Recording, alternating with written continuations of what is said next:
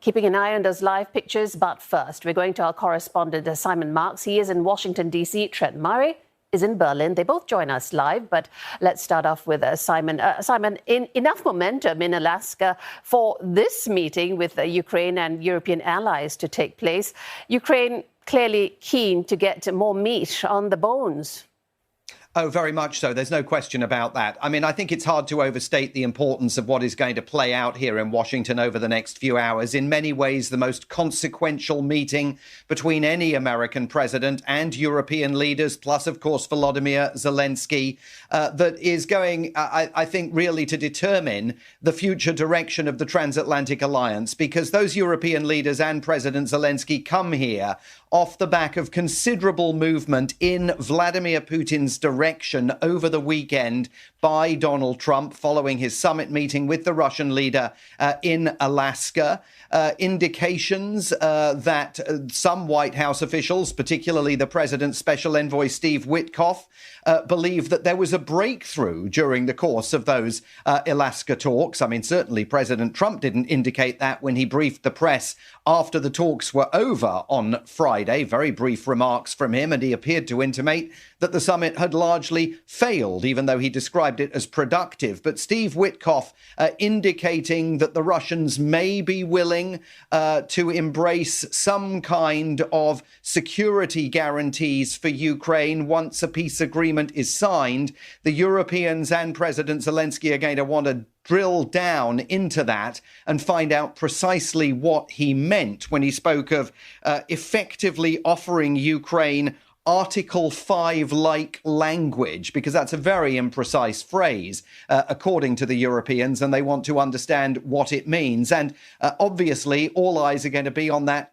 first bilateral meeting between President Trump and Vladimir Putin. The Europeans have come here largely to try and protect him, provide him with support, so he doesn't have to endure another drubbing at the hands of President Trump. They will be watching nervously. All right, Trent, bring you in here. You heard Simon there saying that the European leaders in force as bodyguarding, body blocking, if you like.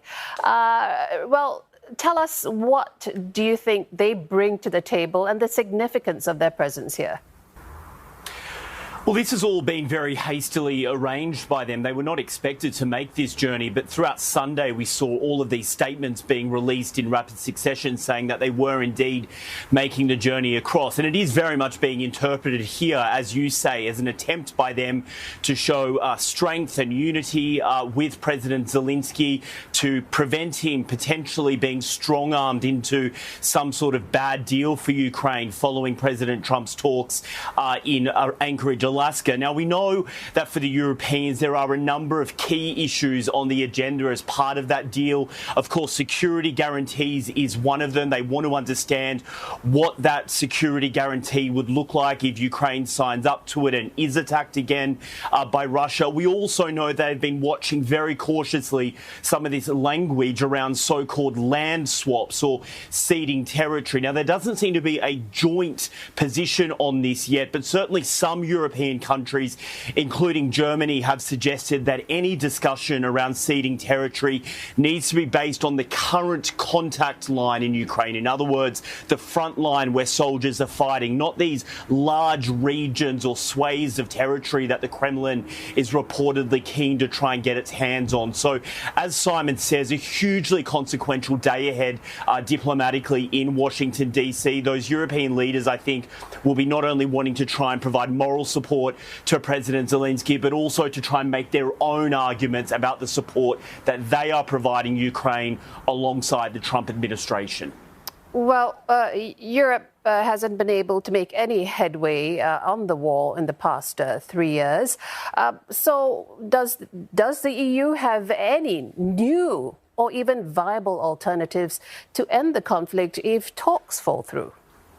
Well, look, in the short term, no, they don't appear to be. I mean, certainly they have strong language, but when it comes to actually providing support to Ukraine, they are still only at around 50%, with the Americans providing the other 50% of the sort of military and financial support. I think for them, the big risk here is that if today's talks sort of end in failure, if you will, that President Trump might just say, well, I'm out, I'm walking away, it's your war, Europe, you can deal with it. Now, if that was to happen, that is going to make a huge challenge for European leaders to try and grapple with, because estimates suggest they just simply do not have the kind of military firepower and the industrial base to be able to match the Americans and to keep Ukraine in the fight against Russia. I think one of the issues that they will be looking at is whether they can take part in that security guarantee alongside the United States. Questions as well around funding. Many EU critics will say that they're currently sitting on around $300 billion in frozen Russian assets. They're saying that there is legal basis to seize those assets and to provide the funding to Ukraine. But I think right now, aside from some terse statements and shows of unity with President Zelensky, they are not bringing anything tangible to the table to suggest that they are able to pick up where the US may leave off when it comes to helping Ukraine. And Simon, Mr. Trump sees one end to the war, at least one pathway to end the war, with the ball being in Ukraine's court. But what exactly is he offering coming out of the Alaska summit?